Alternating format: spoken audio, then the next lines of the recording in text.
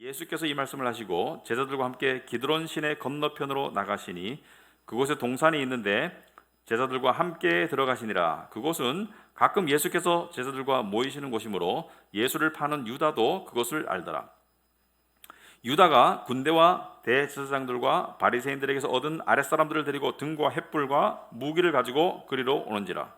예수께서 그 당할 일을 다 아시고 나아가 이르시되 너희가 누구를 찾느냐 대답하되 나사렛 예수라 하거늘 이르시되 내가 그니라 하시니라. 그를 파는 유다도 그들과 함께 섰더라. 예수께서 그들에게 내가 그니라 하실 때 그들이 물러가서 땅에 엎드러지는지라. 이에 다시 누구를 찾느냐고 물으신데 그들이 말하되 나사렛 예수라 하거늘 예수께서 대답하시되 너희에게 내가 그니라 하였으니 나를 찾거든 이 사람들이 가는 것은 용납하라 하시니 이는 아버지께서 내게 주신 자 중에서 하나도 잃지 아니하였사옵나이다 하신 말씀을 응하게 하려 함이로라. 이에 시몬 베드로가 칼을 가졌는데 그것을 빼어 대제사장의 종을 쳐서 오른편 귀를 베어버리니 그 종의 이름은 말고라. 예수께서 베드로더러 이르시되 칼을 칼집에 꽂으라.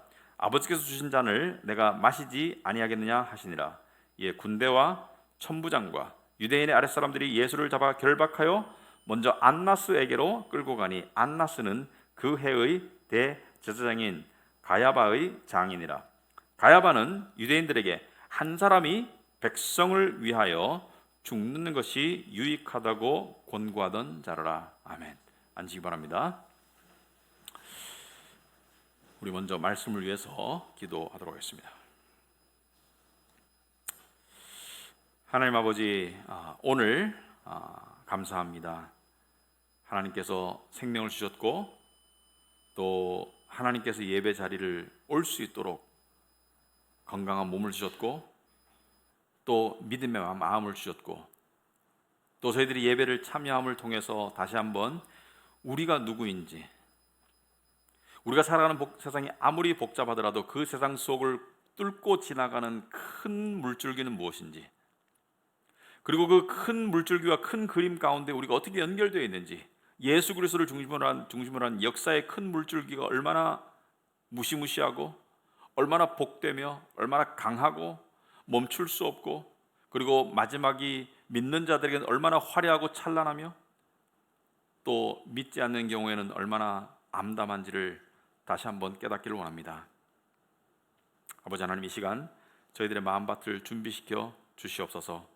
예수님 이름으로 기도합나이다. 아멘. 오늘날 우리 사람들이 다 공감하는 거지만은 세상이 좀 어지럽다고 그럽니다. 세상이 어지럽고 어수선하고 불확실하다. 코로나 문제도 있지만은 여러 가지 코로나 문제 때문에 발생되는 직장 문제, 여러 가지 경제적인 문제, 환경 문제, 또 앞날의 미래의 문제, 여러 가지가 불확실해요. 그래서 사람들이 이럴 때 뭔가 기대고 싶어하죠. 뭔가 특별히 세상 사람들은 일반적으로 정치인들이 이 상황 속에서 좀 국민들을 편안한 쪽으로 인도해 주기를 원하는데, 요즘 정치 지도자들 보면은 불에다 기름 붓는 사람들이 많은 것 같아요.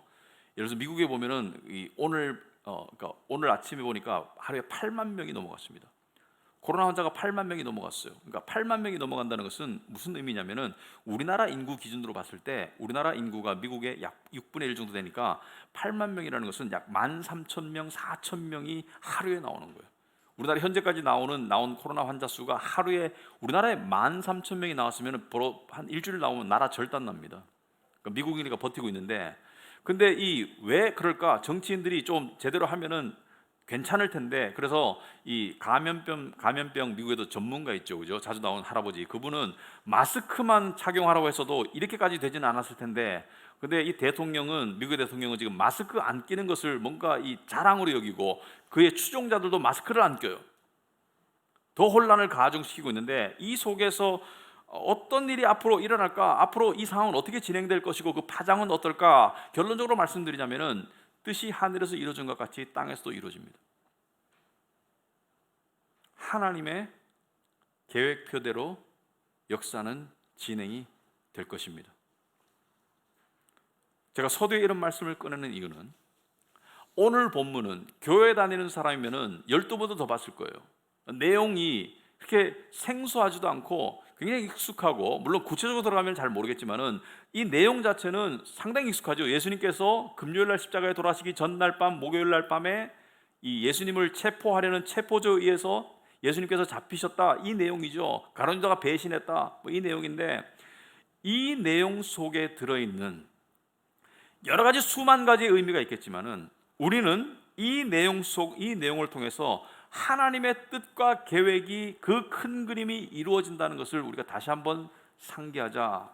여러분, 세상에는요 수많은 사람들이 자기의 생각과 자기의 이익과 자기의 어떤 목적을 위해서 노력하고, 그리고 계획하고, 결정하고, 실행합니다. 수많은 사람들의 여러 가지 수많은 활동이 있어요. 하지만 그 수많은 사람들의 수많은 결정과 노력을 하나님께서는 다 포괄하셔서 당신이 원하시는 한 가지 방향으로, 큰 그림으로 만들어 가신다는 것을 우리가 볼 줄 알아야 된다. 이 큰 그림을 볼 줄 알아야지 신앙생활이 흔들림이 없고요, 신앙생활이 불평이 별로 없고요, 신앙생활에 심지어 소망이 있을 수 있습니다. 힘이 날 수 있고. 그래서 오늘 그런 내용으로 바라보기를 원한다. 자, 그래서 하나하나 살펴보기를 원한다. 자, 제자들을 모아놓고 예수님께서는 요한복음 13장 14장부터 16장까지 마지막 가르침, 그러니까 이 땅의 공생애 동안의 마지막 가르침, 주옥 같은 말씀들을 하시고 난 다음에 17장 전체는 복음서에 기록된 제자들을 향한 예수님의 가장 긴 기도이다. 제사장으로서의 기도이다. 그리고 기도를 마치고 난 다음에 제자들을 데리고 이제 1절에 보니까 예수께서 이 말씀을 하시고, 이 말씀은 모든 가르침과 마지막 기도, 이 말씀을 하시고 제자들과 함께 기드론 시내 건너편으로 나가시니 그곳에 동산이 있는데 제자들과 함께 들어가시니라. 여러분의 이해를 돕기 위해서 예루살렘 동쪽에서 감람산, 예수님께서 이 감람산에서 이 말세에 관한 가르침을 하셨죠. 그 사이에 기드론 시내가 있는데, 기드론 시내는 평소에는 물이 흐르지 않아요. 우기에만 물이 흐르는, 그러니까 이렇게 좁고 얕은, 그러니까 작은 시내인데, 그것을 건너서 이 감람산에 있는 동산으로 가셨는데, 이 동산은 아마도 겟세마네 동산으로 추정이 됩니다.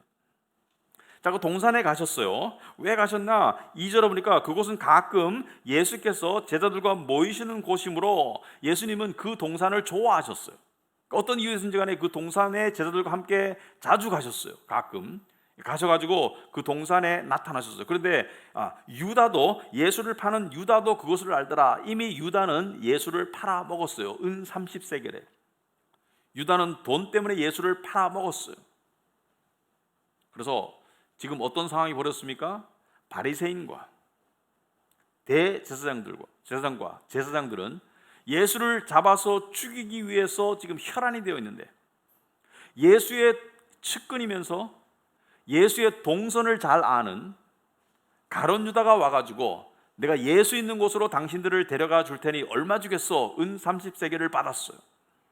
그래서 제사장들과 바리새인들은 자기들의 종만으로는 부족하니까, 왜냐하면 예수가 강해서가 아니고 예수를 추종하는 무리들 때문에 소요 사태가 벌어질까 봐 그 당시 로마 권력에게 의뢰해서 그들에게 군사를 받았어요. 근데 천부장까지 출동해서, 천부장은 1000명의 부하를 거스리는 백부장 10명에 해당하죠. 그러니까 상당한 규모의 이 작전이 지금 수행되고 있다. 예수님 체포 작전이 수행되고 있고, 가롯 유다는 동선을 아는 것이죠. 예수의 동선을 아는 것이죠. 그래서 지금 제자들과 함께 마지막 가르침을 하고 예수님께서는 당신이 잡히실 장소로 이 동산을 택하신 거예요. 그래서 3절에 보니까 유다가 군대와 대제사장들과 바리새인들에게서 얻은 아랫사람들을 데리고, 여기서 이 바리새인들에게 얻은 아랫사람들은 이 군사적인 그런 군대는 아니고 이 종들이죠. 근데 로마의 군대가 함께 왔죠. 등과 횃불과 무기를 가지고 그리러 오는지라. 자, 보면은 예수님만 잡으면 되는데, 예수님의 제자 얼마 안 되는데 왜 등과 횃불과 무기를 다 가져왔냐? 왜냐하면은 사람들이 혹시 많이 모여서 소요 사태를 일으킬까봐 데리고 왔어요.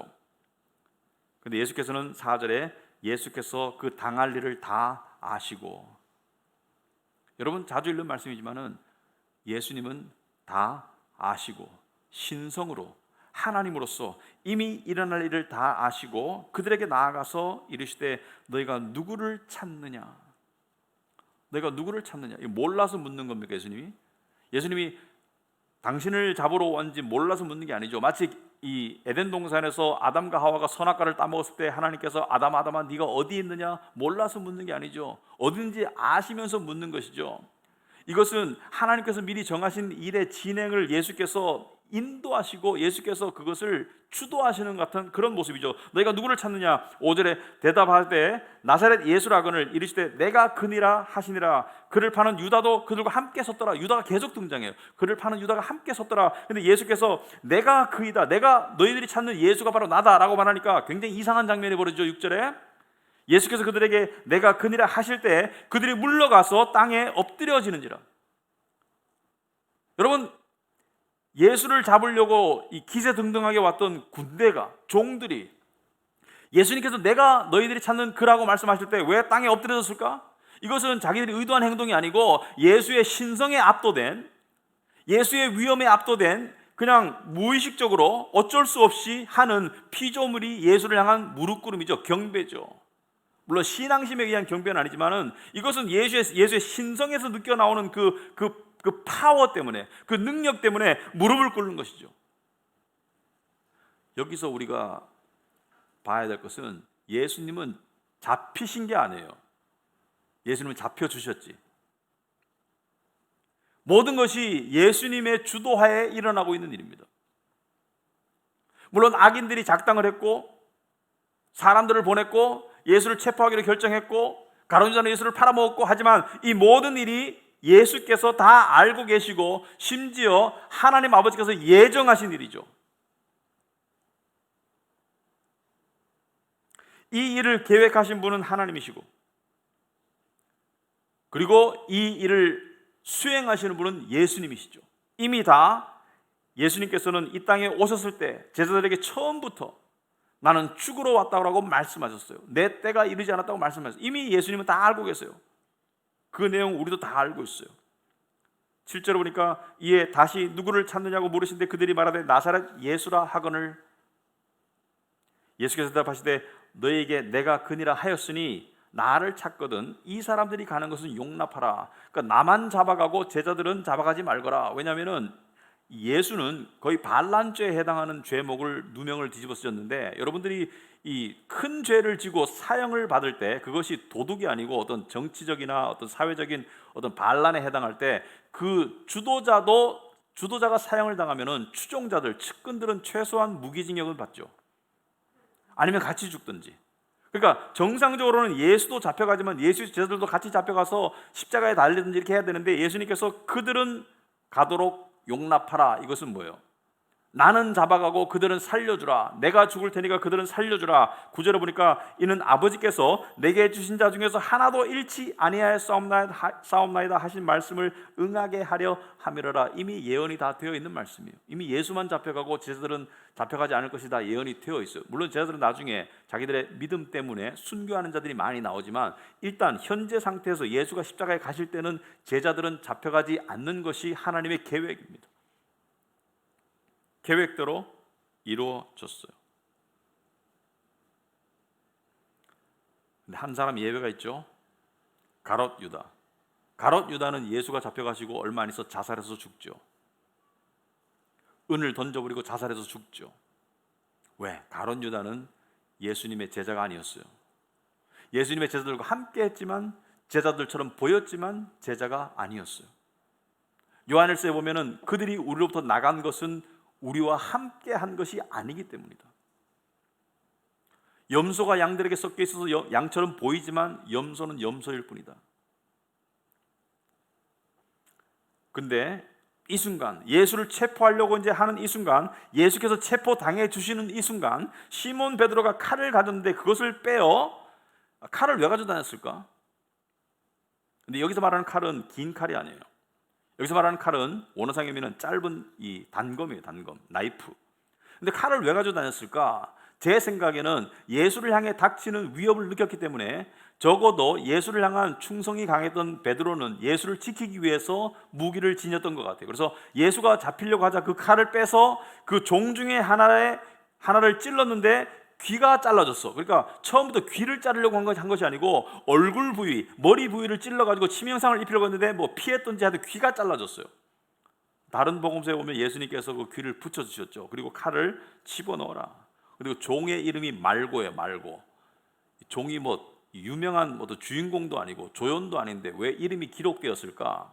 그죠? 성경은 보면은 때때로 이 생뚱맞은 사람들의 이름이 기록될 때가 있습니다. 그 이유는, 분명한 이유는 한 가지입니다. 이 일이 실제로 있었던 사건임을 구체적으로 알려주기 위한 것이죠. 여러분, 이 성경 이외에도 말고라는 이름이 나옵니다. 예를 들어서 그 1세기에 로마 사회 속에서 이스라엘의 역사를 가장 깊이 연구했고 덕망이 높았고 로마 시민권자로서 사회적 지위가 높았던 인물이 조세퍼스죠. 조세퍼스는 예수님이 십자가에 죽으시고 몇 년 뒤인 AD 37년에 태어나서 약 63년을 살다가 간 AD 100년에 죽은 유명한 역사학자로서 기독교인이나 비기독교인이나 그 당시 로마 시대의 이스라엘을 연구하는 데는 이 사람의 사료가 절대적입니다. 그래서 이 사람의 기록에도 이 이름이 나와요. 말고라는 이름이. 이 사람은 크리스찬이 아니에요. 이 사람은 제사장 집안 출신인데 크리스찬이 아니에요. 아무튼 간에 이 사람의 기록에도 말고라는 이름이 나온다. 왜? 역사 속에서 있었던 일이니까. 11절에 예수께서 베드로에게 이르시되 칼을 칼집에 꽂아라. 그 다음에 말씀하시기를 아버지께서 주신 잔을 내가 마시지 아니하겠느냐. 아버지께서 주신 잔을 내가 마시지 아니하겠냐는 것은 아버지의 뜻을 내가 어떻게 순종하지 않겠는가? 순종할 것이다. 이것은 무슨 말이냐면은, 여러분, 잔이라는 것은, 잔에는 뭐가 담겨요. 그러니까 잔이죠. 이 잔에는 뭐가 담기겠어요? 포도주 잔은 포도주 담기는데 이 잔은 죄인을 향한 하나님의 형벌과 진노가 담긴 잔이죠. 십자가의 죽음이 담긴 잔이죠. 그러니까 이것은 예수님께서 마셔야 될 잔이 아닌데 예수님께서 마시게 되셨어요. 왜냐하면 하나님 아버지께서 창세전에 인간의 타락을 하시고 인간을 구원하기 위해서 당신의 아들을 통해서 구원의 역사를 이룰 것을 하나님이 계획하시고 그것을 아들에게 나누시고 두 분 사이에 언약을 맺으셨어요. 하나님께서 계획하신 것을 아들이 순종하실 언약을 맺으셨다. 이것을 구속의 언약이라고 합니다. 구속은 죄인을 구속하기 위해서 하나님 아버지께서는 미리 계획을 세우시고 그 아들이 이것을 실행하고 수행할 것을, 순종할 것을, 죽기까지 순종할 것을 두 분 간에 약속하셨다. 그래서 구속의 언약이다. 이 구속의 언약이 선행하기 때문에 우리에게 은혜의 언약이 주어진 것이죠.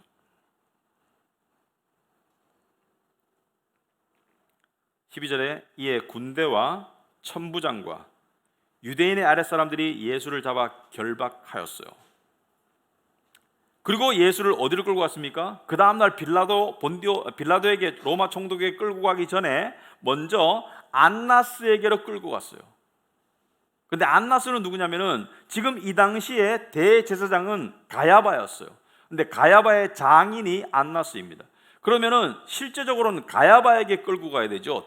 현직 대제사장한테. 근데 안나스는 전직인데 왜 안나스에게 끌고 갔을까? 먼저 대제사장은 이 당시 이스라엘 유대인들의 정치 지도자이면서 종교 지도자이죠. 종교 지도자이지만 정치적 권한도 막강하죠. 그러니까 이 종교 지도자들이 이란처럼 신정일치가 되어 있는 것이죠. 그래서 사내들인 의회 공회를 통해서 정치력을 행사했기 때문에 대제사장은 오늘날 대통령의 버금가는 심지어 그 이상이 되는 막강한 권력을 가지고 있었는데, 당시에 이스라엘에서는, 유대에서는 세 집안이 막강한 부와 권력을 가지고 대제사장직을 돌아가면서 해먹었어요. 근데 그 세 집안 중에 현재 가장 강력한 집안이 안나스 집안입니다. 근데 안나스가 대제사장을 해먹고 그 다음에 자기의 아들들과 사위를 포함한 5명이 줄줄이 대제사장을 해먹었어요. 그러니까 수십 년 동안, 거의 반세기 내외를 한 집안에서 대제사장을 배출했어요. 지금 가야바도 대제사장을 10여 년 해먹은, 아주 오래 해먹었는데 안나스가 실권자예요. 그러니까 안나스가 섭정자예요. 그러니까 안나스에게 끌고 가고, 심지어 대제사장은 한 번에 한 명인데, 대통령이 한 번에 한 명이듯이 사도행전 4장에 보면은 대제사장 안나스와 가야바라고 나와 있습니다. 둘 다를 대제사장으로 불러요. 실제로는 가야바가 대제사장인데 안나스가 실권자이기 때문에, 섭정자이기 때문에 그렇게 불렀다. 자, 그래서 끌고 갔어요. 그랬더니 14절에 가야바는, 안나스의 사위였던 가야바, 당시의 대제사장이었던 가야바는 유대인들에게 무슨 말을 했었냐면은, 한 사람이 백성을 위하여 죽는 것이 유익하다고 말했습니다. 이 무슨 뜻인가? 여러분, 한 사람이 백성을 위해서 죽는다. 예수님께서 죄인들을 위해서 죽으신다. 그 뜻이 아니고요. 여기는 이중적인 의미가 포함되어 있습니다. 가야바는 그런 뜻으로 말한 게 아니에요. 그런데 하나님은 이 불신자, 예수를 죽이는데 앞장섰던 가야바의 입을 통해서도 당신이 하실 복음의 진리를 이 사람은 무슨 뜻인지도 모르고 믿지도 않았지만 그 입을 통해서 선포하게 하셨어요. 어떤 말이냐면은 이 말은 언제 나왔냐면은 요한복음 11장에 보시면은 예수께서 죽은 나사로를 살렸죠. 그러니까 죽은 사람을 살리는 기적까지 있으니까 많은 유대인들이 예수를 더욱더 추종하게 되고 하게 되니까 그 당시 기득권 세력이었던 제사장들과 이 바리새인들은 이 걱정하고 시기하고 심지어 두려워하기 시작했습니다. 왜? 첫째, 예수 때문에 자기들의 기득권이 상실될까 봐. 예수가 유명해져서 자기들이 누리고 있던 지배권과 기득권이 상실될까 봐. 둘째는 예수를 통해서 유대인들이 반란을 꾀하는 것처럼 보이게 될 때 로마가 이스라엘을 치고 질서를 재편하게 되면은 너희들이 제대로 다스리지 못했기 때문에 이런 반란의 움직임이 있었다고 생각해서 그들을 그 자리에서 내칠까 봐. 그러니까 로마가 와서 우리를 내치고 유대인들을 학살하고 이렇게 하는 것보다는 예수 한 사람 죽이는 게 더 낫지 않아? 이런 얘기죠. 예수 한 사람 제거하는 게 더 낫지 않아? 이런 얘기입니다. 그러니까 많은 사람들이 다치느니 예수 하나 죽으면은 그런 불상사 없지 않아? 이런 뜻으로 말했는데 얼핏 보면은 예수께서 죄인들을 위해서 돌아가시는 그것을 의미하는 것 같이도 보여요. 숨겨진 의미가. 그래서 드러난 의미는 그런 의미지만 숨겨진 의미 속에서는 모든 죄인들의 영원한 멸망을 막기 위해서 예수 한 사람 희생하는 그 복음의 메시지도 들어있어요. 그래서 참 이 놀라운 게요, 아이러니한 게, 예를 들어서 아주 비성경적이고 비복음적이고 심지어 이단적인 교회에도 구원의 사역이 가끔 있어요. 제가 그런 신뢰를 들었는데, 왜냐하면 물론 그 사람은 나중에 깨닫고 이제 복음적인 교회로 옮기겠죠. 그런데 왜 그러냐면은 어떤 경우에는 그 잘못된 메시지는 안 들어오고 어떤 사람은 하나님께서 인도하셔서 그 잘못된 메시지 속에 섞여 있는 성경 말씀은 귀에 들어오는 경우가 있어요. 그래서 어떤 사람은 이단의 집회에 갔다가 보라 세상죄를 지고 가는 하나님의 어린 양이로다, 이 말씀만 들어오더래. 그래서 예수를 믿게 되었는데 나중에 보니까 이단의 집회였대요. 그래서 제대로 된 교회로 옮기는 경우도 있다. 아무튼 간에 하나님의 역사는 때때로 우리가 생각하는 상식과 우리가 생각하는 이해의 범위를 넘어설 때가 많습니다. 아무튼 간에 이 가야바의 입을 통해서 하나님께서는 심지어 복음의 메시지를 은근히 알려주셨어요. 자, 여기서 우리가 살펴보고자 하는 것은, 오늘 본문을 보시면 여러분들이 사건 속에 들어가 있으면, 여러분들이 사건 안에만 들어가 있으면 여러 종류의 사람들이 나와요. 그 중에서 예를 들어서 제사장들과 바리새인, 그들은 자기의 기득권을 상실하게 될까 봐, 잃게 될까 봐 예수를 제거하려는 계획을 세우고 그것을 실행하기 위해서 자기의 종들을 체포조로 보냈어요. 그리고 유다는 이때까지 3년 동안 같이 다니던 예수의 가르치면은 정말 돌밭이어서 돌밭, 그냥 진리의 말씀이 듣는 대로 다 쏟아졌어요. 그래가지고 예수를 은 30세겔에 팔아먹었어요. 그리고 지금 적극적으로 보이지 않지만 예수를 제거하는데 이 협력하고 있는 로마의 군사들, 또 로마의 지도자들, 무슨 이유든지 간에 많은 종류의 악인들이 여기서 움직이고 있어요. 그리고 예수를 보호하려고 칼을 뽑았던 베드로, 의협심의 사나이 베드로의 생각도 있고 행동도 있고, 그리고 여기는 절대 의인이신 예수님도 계시죠. 그런데 이 많은 속에서 불합리한 일도 발생하고 있고 불공평한 일도 발생하고 있고, 심지어 인간의 눈으로 봤을 때는 예상치 못한 일도 발생하고 있고, 제자들은 몰랐을 거예요. 예수님께서 거기서 잡히실 줄은. 예수님은 아셨지만. 그러니까 여러 가지, 그리고 지금 잡히신 예수님이 어떻게 되실까 불확실하죠. 여러 가지 상황이 발생하고 있지만은 예수님의 관점에서 봤을 때는 또는 신앙의 관점에서 봤을 때는, 십자가의 관점에서 봤을 때는 이것은 하나님이 이미 계획하신 일이에요. 그리고 하나님의 계획은 선한 사람만 들어쓰는 것이 아니라 악인들의 생각과 행동도 들어쓰셔서 하나님께서는 모두를 합쳐서 마치 오케스트라의 지휘자처럼 당신이 원하시는 아름다운 곡을 만들어 가신다. 이것이 하나님의 놀라운 섭리입니다. 여러분, 이 십자가의 사건을 놓고 베드로가 나중에 오순절날 성령이 강림했을 때 베드로가 그들을 향해서 설교했죠. 뭐라고 설교했습니까? 너희들이 예수를 죽였다. 너희들이 예수를 거부하고 죽였다. 그들이 마음에 찔림을 받아서 우리가 어찌해야 될꼬? 주 예수를 믿으라. 그리하면 너와 내 집이 구원을 받으리라. 베드로가 설교할 때 베드로가 이때 굉장히 심오한 말 한마디를 하죠. 그것이 사도행전 2장 23절, 여러분 주보에 나와 있죠. 꼭 여러분들이 한번 기억하셔야 될 말씀입니다.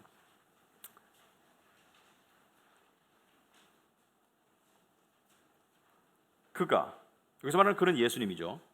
하나님께서 정하신 뜻과 미리 아신 대로 내준 바 되었다.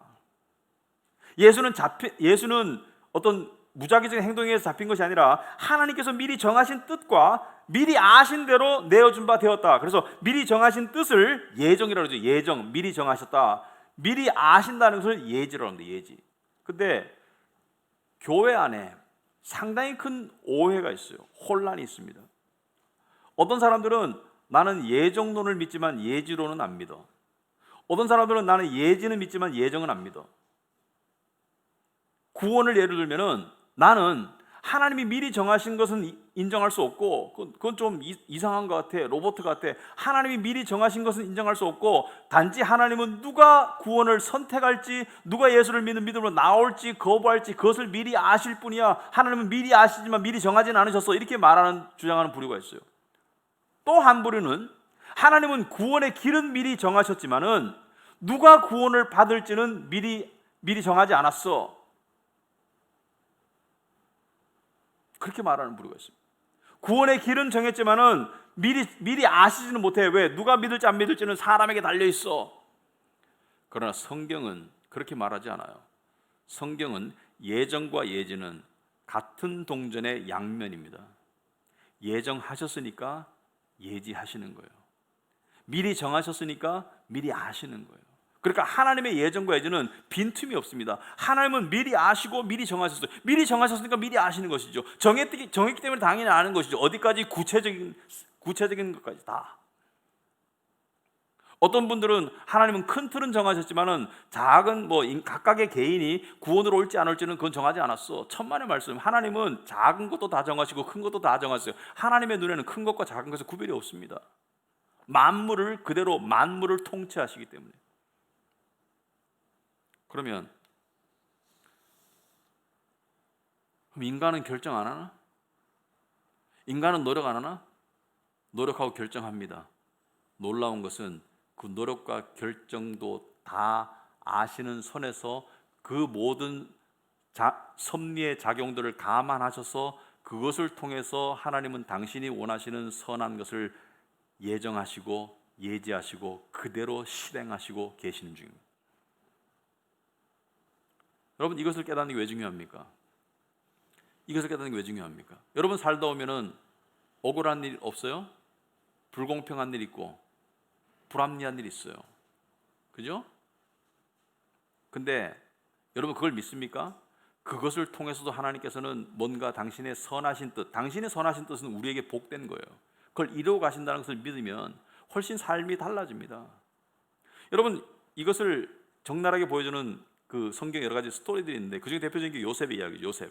요셉은 야곱의 11번째 아들이죠. 야곱은 와이프가 4명이었는데 자기가 총애하는 라헬, 그러니까 야곱은 좀 나쁜 아빠였어요. 이렇게 좋은 아빠는 아니에요. 구원받았어요. 나쁜 사람이 구원받습니다. 근데 야곱은 요셉을 편애했죠. 그러니까 편애는 좋은 게 아니죠. 근데 편애하니까 나머지 배다른 형제들이 요셉을 미워해서 죽이려고 하다가 나중에 애굽의 종으로 팔았죠. 그런데 종으로 팔려가지고 열심히 생활해보려고 했는데 거기서 이 주인의 부인을 성폭행하려고 한다고 하는 그런 누명을 뒤집어 쓰고 감옥에 갔죠. 감옥에서도 몇 년을 썩었어요. 이유 없이. 그리고 나중에 바로 왕의 꿈을 해석하고 국무총리가 되고 요셉을 통해서 야곱의 집안 70명이 와서 요셉 때문에 환대를 받고 요셉 때문에 좋은 땅, 고센 땅을 얻어서 거기에서 모여서 살았죠. 이것이 인간의 결정이고 우여곡절의 결과입니까? 아니죠. 하나님께서 이미 아브라함에게 말씀하셨어요. 이미 아브라함에게 요셉의 증조 할아버지 되는 아브라함에게 말씀하셨어요. 창세기 15장에서 너희 자손들이 400년 동안 종살이 할 것이다. 하지만 400년 뒤에 큰 민족을 이루어서 나올 것이다. 나올 때는 그냥 안 나오고 보물을 받아서 나올 것이다. 이 밀린 체불임금 다 받아서 나올 거예요. 이렇게 이미 언약하셨죠. 그런데 나중에 요셉 때문에 잘 살게 된 요셉의 이 형들, 요셉의 아버지 잘 살았어요. 처음에 잘 살았어요. 근데 야곱이 천수를 다하고 죽으니까 형들이 겁이 났어요. 이제 아버지 죽었으니까 이제 원수 갚을 거야. 이제 요셉이 가만 안 있을 거야. 원수 갚을 거야. 그래서 벌벌 떨면서 와가지고 요셉에게 와가지고 우리가 잘못했다고, 우리를 용서해달라고 그렇게 말하니까 요셉이 뭐라 합니까? 창세기 50장 20절 보면은 굉장히 심오한 말씀이죠. 당신들은 나를 헤아려 했으나 하나님은 그것을 선으로 바꾸셨다. 원어상에 보면은 당신들은 나에게 악을 의도했지만은 하나님 그것을 선으로 바꾸셨다는 거예요. 그러니까 인간의 악을 선으로 바꿀 수 있는 능력이 우리 하나님께 있다는 것이죠. 우리에게 일어나는 많은 불행한 일들, 많은 어려운 일들, 많은 고통에 안 좋은 것들을 하나님께서는 좋은 것으로 바꿀 수 있는 능력이 있고 또 그렇게 하실 거예요. 여러분, 저는 옛날에도 한번 이런 비유를 든 적이 있습니다. 된장찌개는 대한민국 사람이면 좋아하는 향토 음식이죠. 그 맛을 제가 옛날에 그 영업의 사람이 이제 한 몇 년 여기 영업에 섬기다가 본국으로 돌아갈 때 같이 식사를 하고 하는데 뭐 먹고 싶냐고 물어보니까 된장찌개 먹고 싶대요. 그래서 야, 한국 사람 다 됐네. 뭐 불고기 좋아하고 만두 좋아하고 뭐 이런 거 뭐 냉면 좋아하고 여기까지 되는데 된장찌개를 좋아하는. 그러니까 된장찌개는 코를 막거든요. 이게 된장찌개는 부패한 거잖아요. 어떻게 보면은. 근데 왜 좋아하게 됐냐고 물어보니까 이걸 처음에는 역겨웠는데 먹어보니까 이 이상 맛있는 한국 음식이 없는 것 같다. 그래서 된장찌개를 먹었는데요. 여러분, 된장찌개 정말 구수하고 맛있는데 각각의 재료를 분류해 보면은 두부는 먹을만해. 고추는 좀 매울 수 있겠죠. 근데 매주는 이것은 굉장히 역겨운 냄새가 나죠. 일반 사람들한테. 그런데 이 모든 재료를 섞어가지고 구수한 된장찌개를 만드는 것이 하나님의 섭리를 설명한다고 볼 수 있습니다. 우리에게 일어나는 좋은 일, 우리에게 일어나는 심지어 억울한 일, 불행한 일, 모든 걸 섞어가지고 하나님께서는 선한 계획을 이루어 가신다. 예수님께 십자가가 일어나지 않았다면 부활은 없습니다. 구원이 없어요. 그래서 인생을 사는데 저는 두 가지 커다란 접근 방식이라고 생각합니다. 믿는 자들에게 두 가지 접근 방식이 있어요. 첫째는 자기의 노력과 결정을 크게 보는 방식이 있습니다. 내가 하기 나름이야. 내가 결정하는 게 중요해. 안 중요하다는 게 아니죠. 그런데 자기의 노력과 자기의 결정이, 자기의 선택이 중요하다고 너무 생각하면, 세상 사람처럼 생각하면은 그 결정과 그 선택이 너무 중요해서 결정할 때 스트레스 엄청 받을 거고, 결정해서 잘못되면 후회가 엄청 될 거고, 다음에 결정할 때는 결정 장애가 올 거예요. 결정 장애를 가진 사람들이 참 많아요. 그리고 여러분 이때까지 올바른 결정만 한 사람 없을 겁니다. 어떤 결정을 하고 나면은 잘못된 결정인데 그 당시엔 잘못될 줄 몰랐어요. 누가 잘못될 줄 알고 잘못된 결정을 할까? 그때는 그게 옳을 줄 알고 결정했죠. 근데 해보니까 잘못되는 경우가 많아요. 그때 그 직장을 선택했어야 되는데 잘못된 직장을 선택했다든지, 그때 그 사람을 선택할 걸, 또는 그때 그쪽에 투자할 걸, 그때 그쪽으로 이사 갈 걸, 뭐 별놈의 별 종류의 결정과 선택들이 있어요. 그때 그 자격증이 아니라 이런 자격증을 땄을 걸. 물론 결정은 신중하게 해야 되죠. 현재 상태에서 하나님께 구하고 지혜롭게 하는 게 맞습니다만은, 여러분의 결정과 여러분의 노력이 여러분의 인생을 좌지우지하지 않아요. 이게 중요합니다.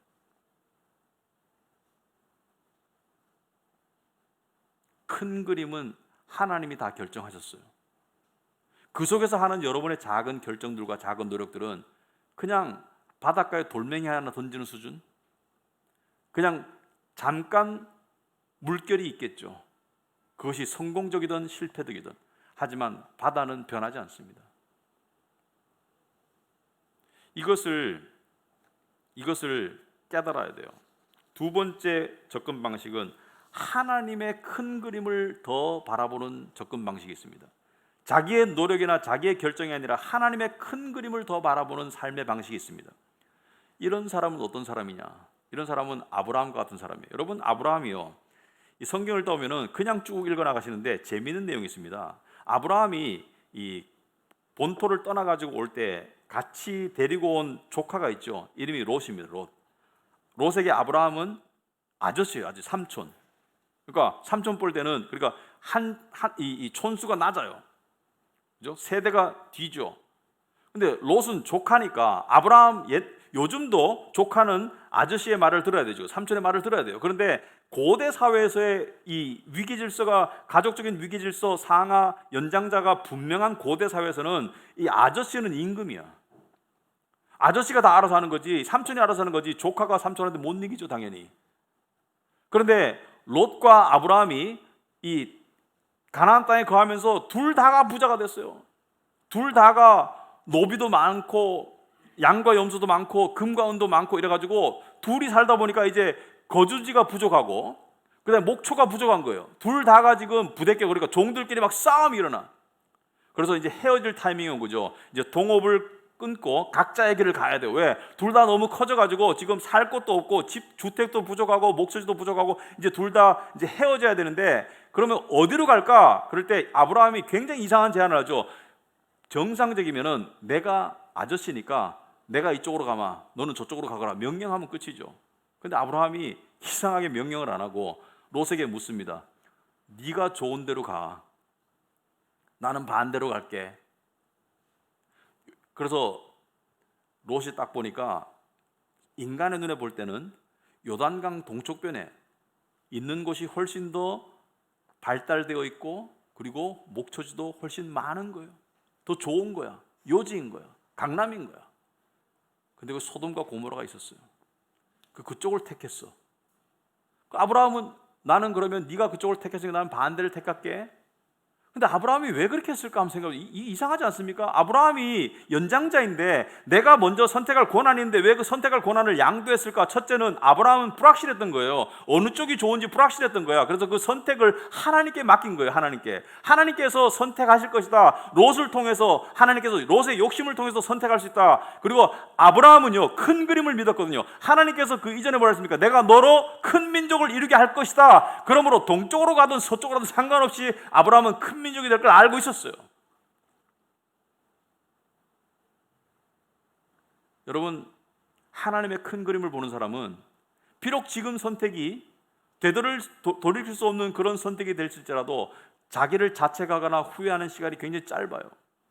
여러분, 선택 한번 잘못했다가 밤에 잠 못 자고 끙끙거리는 경우 있죠. 그때 이걸 했을 걸, 이걸 샀을 걸, 뭐 이쪽으로 갔을 걸, 이 사람을 만났을 걸, 그때 그 사람 놓치지 않았을 걸. 다 소용없는 짓입니다. 큰 그림은 변화 없어요. 하나님이 그리시는 큰 그림은 똑같아요. 여러분, 이번 주에는 많은 그리스도인들이 좀 씩씩거리는 주가 되었을 겁니다. 특히 목회자들이. 왜냐하면은 이 교회 소그룹 모임과 식사를 중지했어요. 제가 그날 공교롭게도 여기 우리 그 목사님하고 전도사님하고 근처 식당에서 밥을 먹는데 정말 식당이 옆에도 사람들이 있고 다 마스크 벗고 그냥 따닥따닥 붙어서 밥을 먹고 있고, 커피숍을 지나다 보면은 그 카페 안에 사람들이 소모임이죠, 그죠? 친구들끼리 모여가지고 그냥 마스크 벗고 차 마시면서 잡담하는데 제가 이런 생각했습니다. 이거 너무 불공평한 거 아니야? 아니 뭐 성경책 놓고 소모임 하면 코로나 걸리고 성경책 놓고 안 하면 코로나 안 걸리나? 그리고 우리 교회는 얼마나 노력했습니까? 교인들도 둘로 나눠가지고 소그룹하고 밥도 각자 드시라고 그랬죠. 각자 먹는 식당이 어디 있어요 지금? 밥도 각자 드시고 소그룹 할 때는 거리를 두시고 마스크 끼고 이야기하세요. 마스크 끼고 차 마시면서 이야기하는 사람들이 어디 있어요 밖에? 그런데 전체적으로 규정이 아니고 교회만, 그리고 성당에는 안 걸리는가 보지? 아니 성당에 소그룹 하면 괜찮고 교회는 안 되는가? 심지어 클럽도 운영 중지를 안 했죠. 노래방은 혼자 가서 노래하나? 목소리 좀 커졌네요 제가. 그런데 제가 이 생각을 하고 마음이 평안해졌어요. 이것 또한 하나님의 큰 그림 속에 들어있다. 하나님의 큰 그림은 변화가 없다. 뭔가 하나님의 커다란 뜻이 이러한 일들을 통해서도 이루어지고 있다. 제가 생각하는 이유가 여러 가지가 있습니다만 한 가지는 이것입니다. 하나님께서 있는 자에게는 더 주실 것이다. 없는 자는 뺏을 것이다. 믿음으로 더욱더 나아가는 자들은 하나님께서 공급하실 겁니다. 어떤 형태로든지 간에. 여러분, 시절을 잘 분별하시기 바랍니다. 하나님은 양을 원하지 않아요. 하나님은 질을 원하세요. 기드온과 따라갔던 수많은 군대를 향해서 하나님은 돌아갈 사람은 돌아가라고 했습니다. 300명 빼고 다 돌아갔어요. 지금 하나님은 우리의 믿음을 테스트하시는지 몰라요. 손놀 자들은 놔. 저희 동네에 죄송하지만 교회 다니다가 주일날 소풍 다니는 사람이 점점 늘고 있어요. 어떤 분은 온라인 예배가 이렇게 좋은 줄 몰랐어요. 앞으로 계속 이렇게 신앙생활 했으면 좋겠어요. 이렇게 말해요.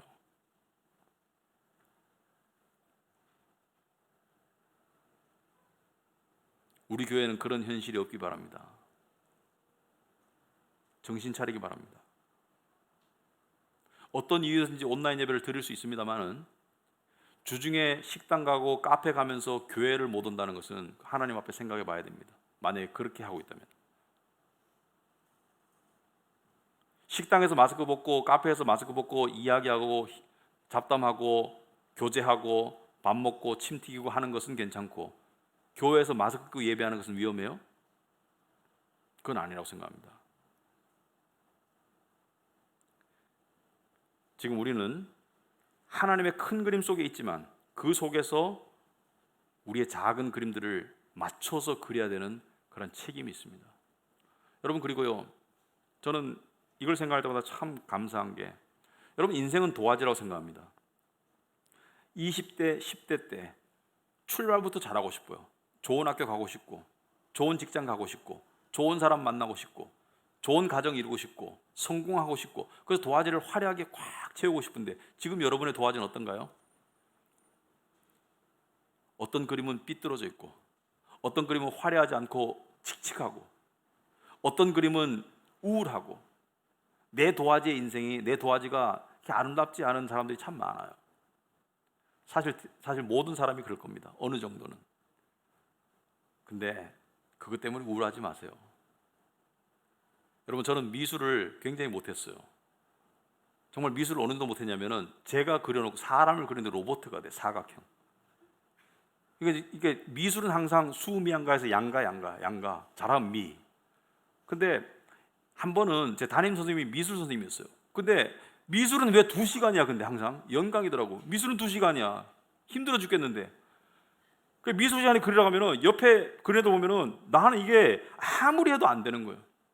근데 어느 날 이 선생님이 저를 편애하신 것 같아. 아버지가 뭘 갖다 드렸는지 오셔가지고 제 손을 딱 잡더니 붓을 슥 그림이 확 달라졌어. 아니 그 전문가가 몇 번 갖다 대니까 그림이 확 달라져가지고 제가 그냥 그때는 운가 맞았어요. 여러분, 그거 아십니까? 여러분의 도화지가 아무리 엉망이라도 하나님의 마지막 은혜의 터치가 있어요. 그럼 모든 여러분의 도화지는 정말 찬란한 아름다운 영광스러운 그림으로 완성될 겁니다. 아멘. 왜냐하면 하나님께서 얘야, 이리 가져와. 네가 다 망친 그림 내가 다 다시 바꿔줄게. 심지어 예수님의 피로 다 씻고 하나님의 은혜로운 손길로 다 다시 그려주실 거예요. 여러분, 저는요 예수 믿는 게 참 이 땅에서 너무 좋아요. 천국 가면 더 좋겠지만은 예수 믿으니까 기뻐요. 우리 기뻐하며 삽시다.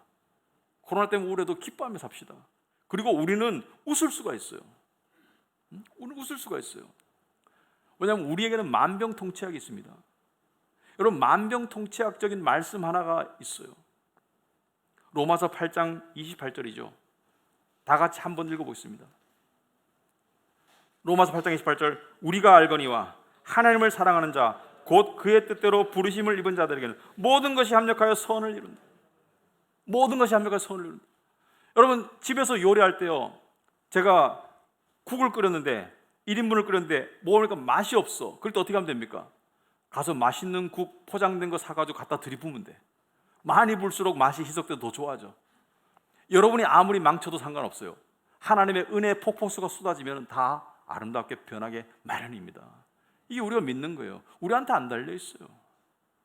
그냥 우리의 작은 노력과 선택은 그때그때 지혜롭게 하시면 돼요. 하지만 큰 그림의 큰 대세는 이미 결정되어 있고 너무 아름다워요. 너무 영광스럽고 그것을 믿고 오늘도 살아가는 여러분과 제가 되길 바랍니다. 아시겠죠? 네, 기도하겠습니다.